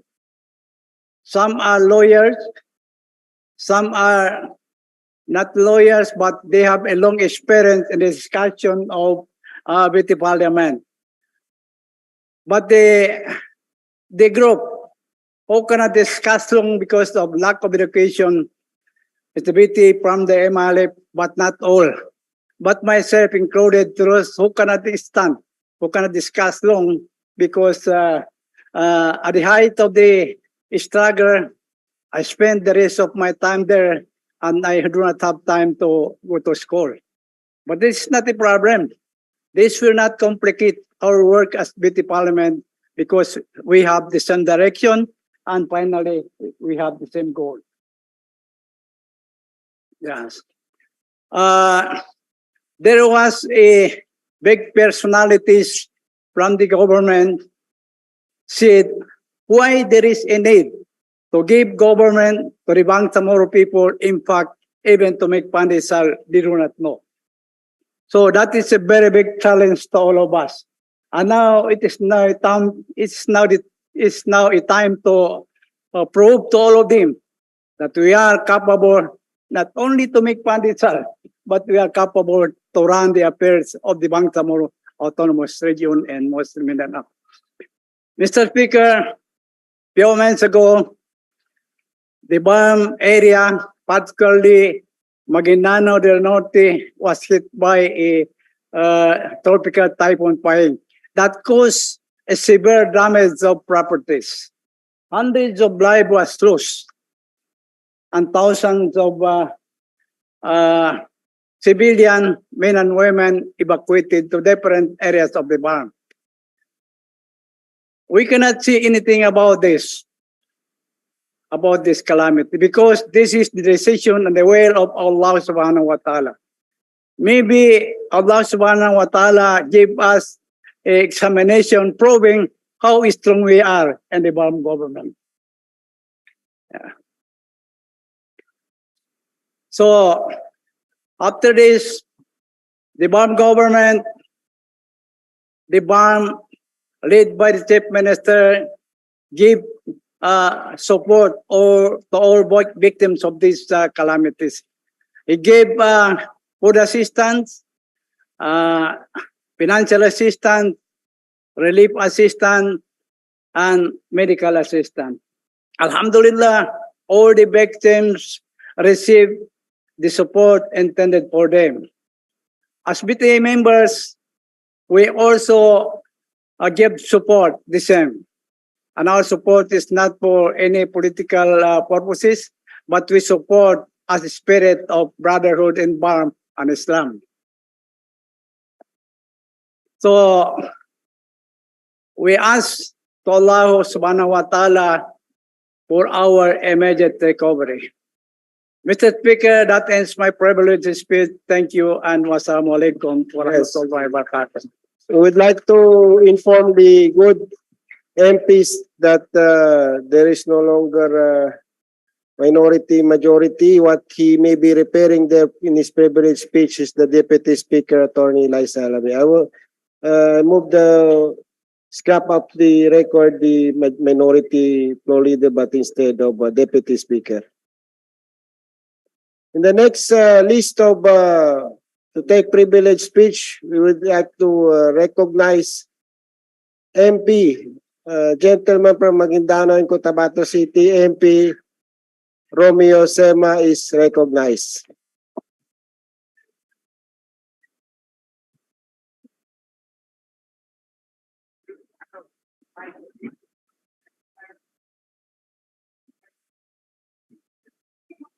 Thank you, Mr. Speaker, and thank you, Floor Leader.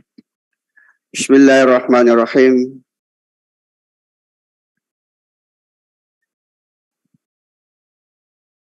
Assalamualaikum warahmatullahi ta'ala wabarakatuh.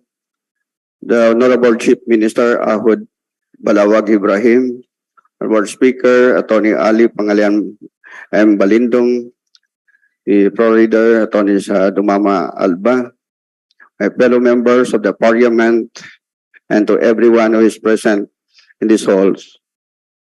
I stand before you today on a matter of personal and collective privilege.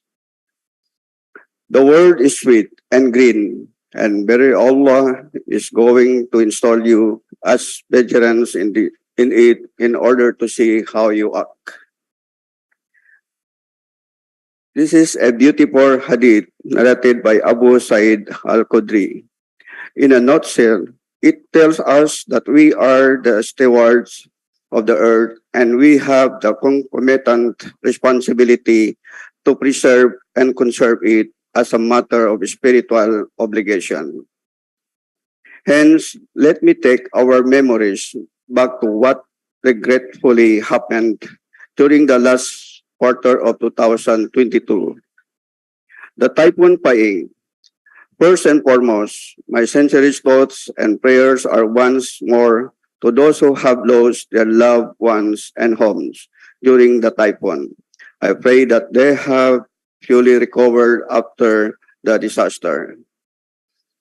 For decades, we have been revisited by the typhoons. However, the recent climate-related disasters took us by the surprise as Typhoon Paeng caused massive flooding and devastations in some parts of our region.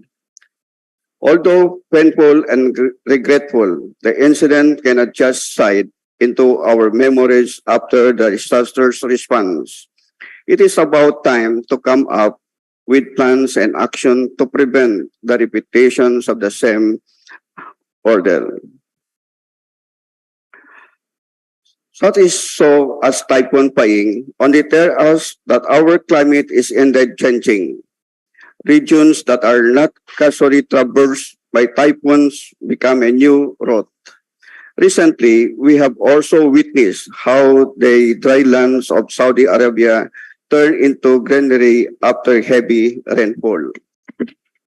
On our end, this is our call as members of the Parliament to increase our further efforts to increase awareness of climate change. It is worth noting that President Ferdinand Marcos Jr. has initially assessed that deforestation and climate change contributed to the flooding and landslide in some parts of Maguindanao. This assessment is actually supported by a jury-published scientific study by authors Horden and Marshall in a global case study in mitigations and recovery. Its findings say that the Philippines is vulnerable to stronger typhoons, and this vulnerability is exacerbated by localized environmental degradations. This study suggests that the discussions of the climate change must be undertaken. And so it must be because the recent calamity may be qualified as a product of climate change. Many lives and several homes unnecessarily vanished due to a typhoon, which its impacts could have been prevented if not mitigated. The only justice that we can do for those who have lost their lives due to the typhoon is to make sure that no more incidents of this sort will happen in the future.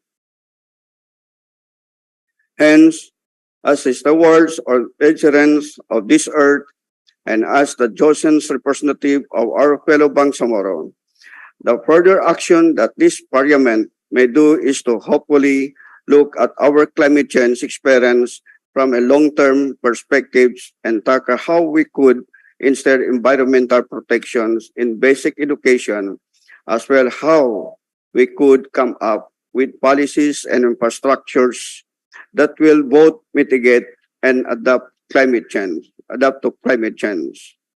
For instance, we urge the Ministry of Environment, Natural Resources and Energy to revisit its integrated Bangsamoro greening program or other reforestation programs of the ministry and evaluate their implementation.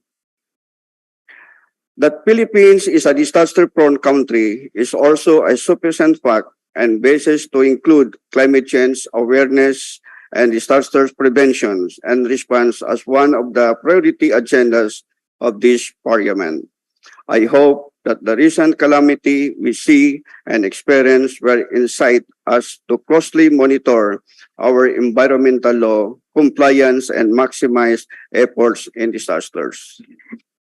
Hopefully, we can pass more bills and conduct more projects pertaining to environmental protections and climate change before our term ends, among the goals that we could accomplish and the legacy we could leave. For that, let me end with another hadith said by our Prophet Muhammad SAW and as narrated by Abu Hurairah. While a man was walking along a path, he found a thorny branch of a tree on the way and removed it. Allah subhanahu wa ta'ala thank him for that deed and grace and forgive him. Finally, thank you. Wabillahi taufiq hidayah. Wassalamualaikum warahmatullahi ta'ala wabarakatuh. And the last to deliver his privileged speech is MP Abdulaziz Aminuddin. You are recognized, MP.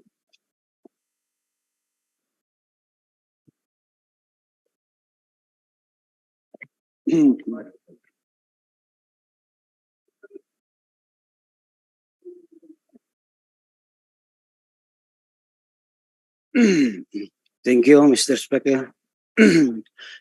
Bismillahirrahmanirrahim. Rabbi shrah li sadri wa yassir li amri wa halul 'uqdatam min lisani yafqahu qawli. Mr. Speaker, Deputy Speaker, Floor Leader, Deputy Floor Leaders, dear colleagues, and the Bangsamoro Parliament, BTA staff, and Secretariat, friends, stakeholders, ladies and gentlemen, Assalamu alaikum jami'a wa rahmatullahi wa barakatuh. It is indeed a privilege to be standing here in front of you today, not just as a member of the Parliament, but also a member of the Moro National Liberation Front, and represent the views and aspiration of my co-mujahideen and the continuity of peace in the Bangsamoro land. Please allow me to extend and manifest my sincerest and deepest gratitude to my mentor, my guide, and the founder and chairman of the Moro National Liberation Front, Professor Normiswari, and His Excellency President Ferdinand Romualdez Marcos Jr. for giving me the chance to be one of the members of the prestigious yet humble Bangsamoro Transition Authority that aims to perform a significant role in guaranteeing and embodying the aspiration and ideals of the Bangsamoro people for lasting peace and sustainable development. I believe through this membership, Bismillah, I can be one of the instruments in externalizing and challenging the task entrusted to us on behalf of the people of the Bangsamoro. I envision to propose effective laws to meet the issues and concerns facing us today, and help in arriving to an efficient decision and resolving big issues relevant to our province today. Above all, I will support the promotion of unity, lasting peace, justice, and development of all Bangsamoro people, as well as encourage a just and peaceful settlement of disputes to avoid serious complications to the community and to the communities and the economy as well. As new members of the Parliament, allow me to give a brief description of what my office aims for the next 16 years. First, to propose effective legislations that will help strengthen the purpose of the Bangsamoro government for the benefits of its people. Second, to uphold moral governance in every aspect of my leadership, to lead with honesty and focus on set of rules, practices, and processes completely devoid of all evils of graft and corruption, and explicitly driven by the moral principles of utmost dedication, devotion, honesty, justice, and integrity. Third, to support the aspiration of my fellow mujahideen by giving them chance to have a voice in this parliament and be heard, to uplift their spirit and soften the effects and let them release the fruits of their struggle and convince them of the positive outcomes of choosing the road of peace rather than armed struggle.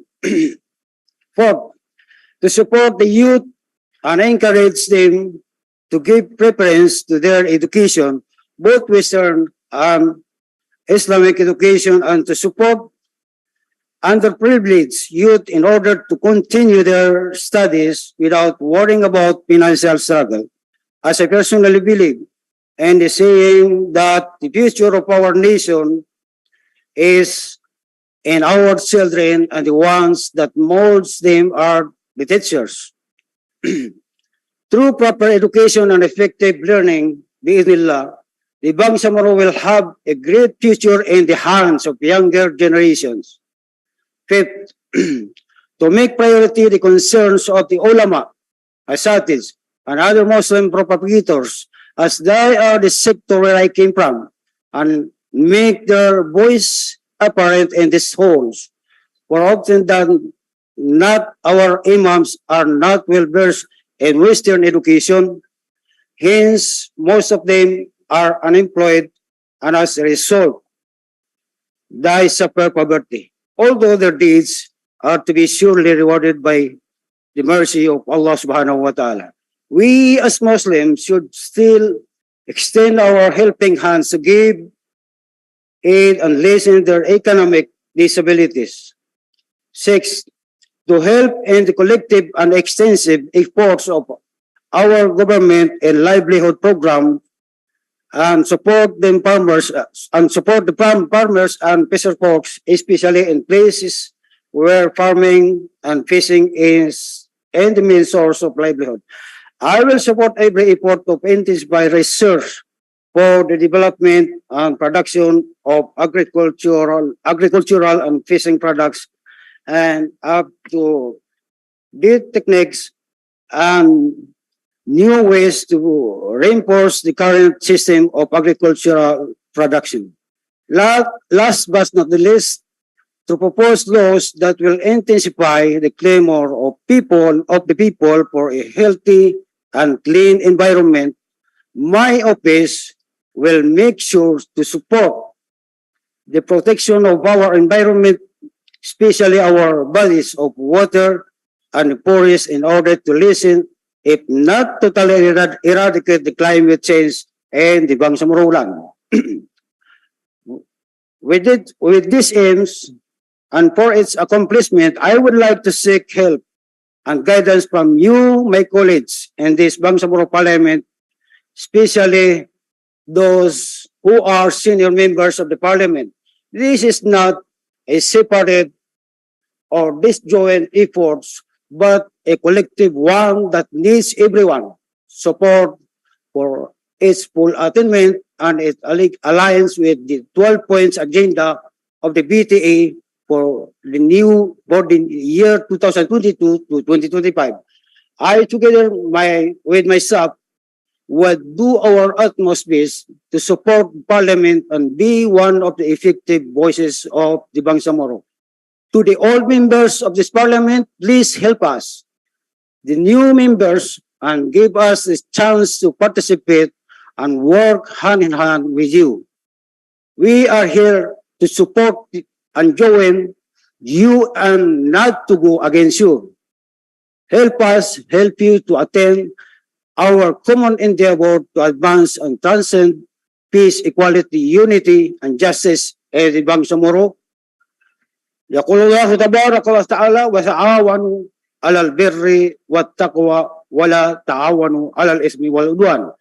Let me end this speech with a quote from Voltaire, a French philosopher, an advocate of freedom of speech. And I thought, I may not agree with what you are going to say, but I will fight to defend your right to say it. May the Almighty Allah subhanahu wa ta'ala continue to guide us in our collective efforts to be an instrument to achieve lasting peace, unity, development in the Bangsamoro land, and may we receive the mercy of Allah subhanahu wa ta'ala in this life, and most importantly in the hereafter. وفقنا الله جميعا لما فيه خير لأمتنا ولشعبنا والسلام عليكم جميعا ورحمة الله وبركاته.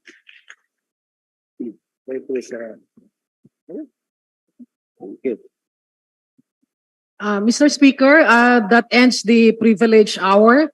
There being no other agenda in the order of business, I move to adjourn this session until January 24 at 1 Session adjourned until January 24 at 1 o'clock in the afternoon.